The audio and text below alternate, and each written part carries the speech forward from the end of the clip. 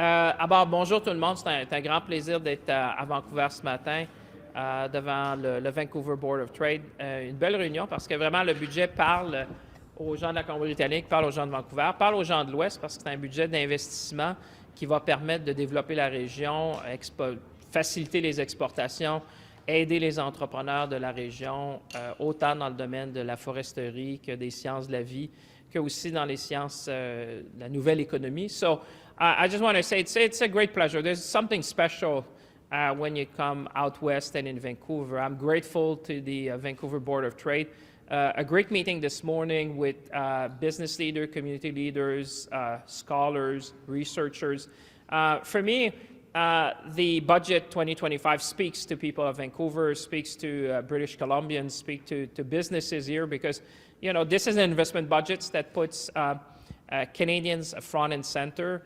There's a lot of measures that speaks to people from that part of the country. Obviously, we say we want to double our export, and obviously this is a Vancouver and the whole British Columbia is going to be the gateway to growing our export to the Indo-Pacific region.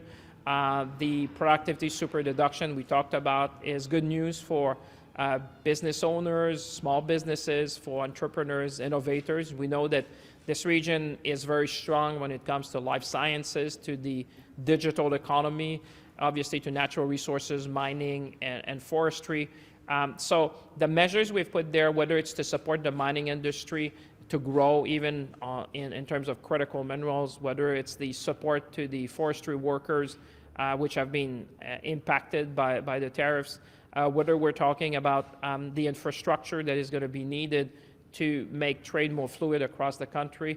You know, there's a lot that we can do for ourselves and growing one Canadian economy, being our own best customers, making sure we focus on the things that will grow the economy at the same time that we put our house in order. I think this is a budget that speaks to people, speaks to workers, speaks to family, and at the same time is a blueprint for growth and productivity and I would say possibilities for British Columbia. So I'm very pleased because you could see the energy in the room. I think people are ready to seize the moment, be ambitious, and build Canada strong, and we're certainly going to do that with our colleagues here in British Columbia.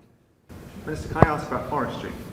The Quebec Premier was warning that half of the province's 60,000 jobs could be at risk just as a result of the US tariffs. Obviously, there are some supports that you've announced. There was a summit here last week, but that's just an enormous scale of job losses. Does the government need to do any more on that front? And are you expecting a similar scale of job loss? Well, first of all, I mean, we are very close to the forestry industry and the forestry workers. Now, we understand, like I said, maybe 85% of our trade with the United States is tariff-free. But if you're in forestry, it feels very differently. At the kitchen table, on the floor, even in the forest.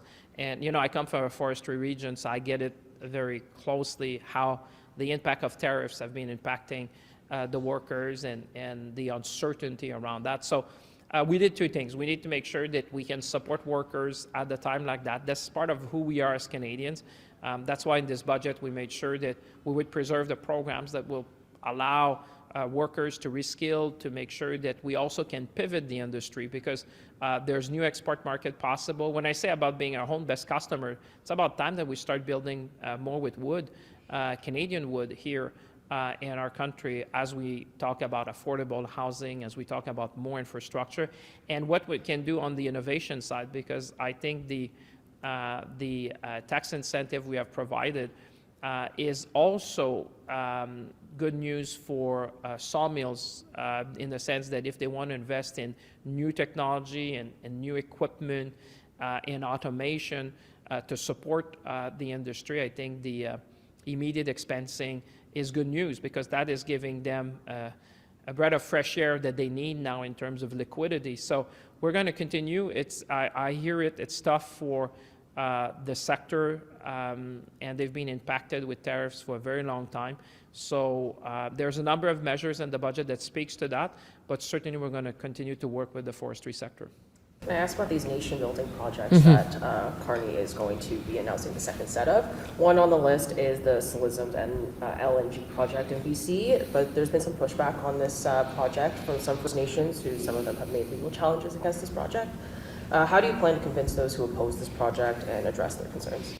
Well, I'm not going to presuppose the announcement of the major project as you would expect, but what I can say when it comes to First Nations, I mean, First Nations are part of the fabric of Canada.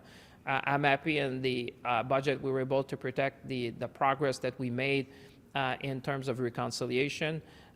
We also made sure that we would continue to invest in programs that would help First Nation and Indigenous peoples across the country. I can talk about the Indigenous Loan Guarantee, which is really a game changer. I was with just the CEO who's responsible for that. I think this is really true economic reconciliation because a number of First Nations, Inuits, and Métis have asked us, we want to be part of these projects. We want to be owner a part of these projects. And I think this is really a program and a facility that really allows now Indigenous peoples and First Nations community across the country to take full part in these projects and be part of this building Canada strong.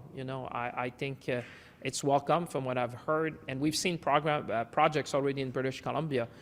The first project, in fact, was in British Columbia. So in many ways, the First Nations here in British Columbia have been charting the path for others in the countries as to how you can use that facility to support the communities, but at the same time provide opportunities when it comes to the income that would be derived from these nation-building projects. Can I get the answer in French, if you don't mind, for our French colleagues? Oui. Ben, écoutez, la première chose qu'il faut dire, c'est que les peuples autochtones font partie de qui nous sommes au Canada. Il y a, dans le budget, on a été capable de protéger, je dirais, le progrès qu'on a fait en termes de réconciliation, progrès important, mais aussi de continuer d'investir dans des programmes qui sont clés pour les Premières Nations. Je pense, par exemple, en matière d'infrastructure, en matière de logement, en matière aussi de santé pour les Premières Nations.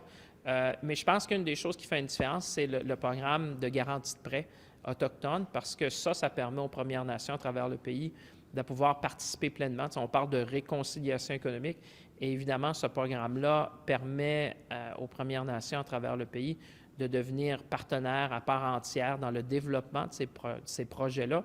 Et moi, je pense que c'est une très bonne nouvelle. C'est bien reçu, et la Colombie-Britannique a fait preuve de chef de file. Je veux saluer les Premières Nations ici en Colombie-Britannique, parce que le tout premier projet qui a été mis de l'avant en vertu de ce programme-là de garantie de prêt, c'était ici en Colombie-Britannique. Alors, moi, je pense qu'on va en voir d'autres, et je pense que c'est une très bonne nouvelle pour justement favoriser la réconciliation économique. Are there any updates on the proposed Alberta to BC bitumen pipeline? When PM Carney said the pipeline was going to happen, what did he mean by that?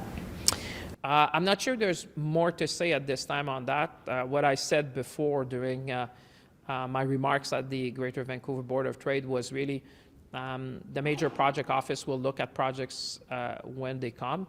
And certainly you've seen a number of nation-building projects. Those are the kind of projects which are going to make a difference, create jobs, create opportunity. I can think of LNG Canada 2, which people here in British Columbia know well. It's going to be the second largest of its kind in the world. And I think Canadians understand better now than ever the nexus between energy security, economic security, and national security. And in an uncertain time, investing in ourselves, building one Canadian economy, and being our own best customers. And that starts obviously with the federal government, provincial government, municipalities, but us as Canadians, our biggest power is our purchasing power. So if we start, in many ways, Canadians have done that to support local businesses, local products, local service firms. This is a good way to invest in ourselves. A confident country invest in themselves, and that's what Budget 2025 is about. It's an investment budget to build a resilient country. Whatever comes at us, we will be more resilient. We will have the infrastructure needed. We'll build the housing that we need, and we'll invest in competitiveness and productivity. You said the infrastructure fund could help alleviate bottlenecks at the Port of Vancouver. Can you say anything more about how that might work? Well, that's a very good question. We've heard that we need to make trade more fluid, I would say, in the country. And when I talked to the CEO of CPKC and CN, they did highlight sometimes that there are bottlenecks that would be on the network. So the fund, the Trade Corridor Fund, is designed in many ways to address some of these bottlenecks, because if we want to make trade more fluid, when we say our ambition is to go from 300 billion to 600 billion, that's good news for people in Western Canada. It's good news for British Columbia, because you think about the Port of Vancouver, Prince Rupert, and others that people may consider the gateway to Asia. You think about, you often say that demography is destiny, and now we're focusing on very high growth markets. And the fluidity is what we need to increase to make sure that these goods can go to markets. This is what we can do as the federal government. And when we say these investments are going to be helping us to make that shift that we need, people have been asking us to focus on that, and I think the budget addressed that very specifically. So I would think it's good news if you're in the logistics business, if you're in the export business, obviously for the different ports and on the West Coast. Merci. Sorry, sir. The budget largely cut Canada's greenwashing laws. What do you tell green investors who are looking for essentially be able to have people trust their claims? Well, thank you for that question. It's a very, very good question, a very important question. I think what we wanted to provide is more predictability. When the previous regulation talked about meeting international standards that were not necessarily well defined, I think what we're saying now is that we'll have a standard that is going to be clear, the threshold for business to meet, and provide the predictability and certainty that the business has been wanting when it comes to that issue. Merci tout le monde. Thank you very much, everyone. Thank you. Merci tout le monde.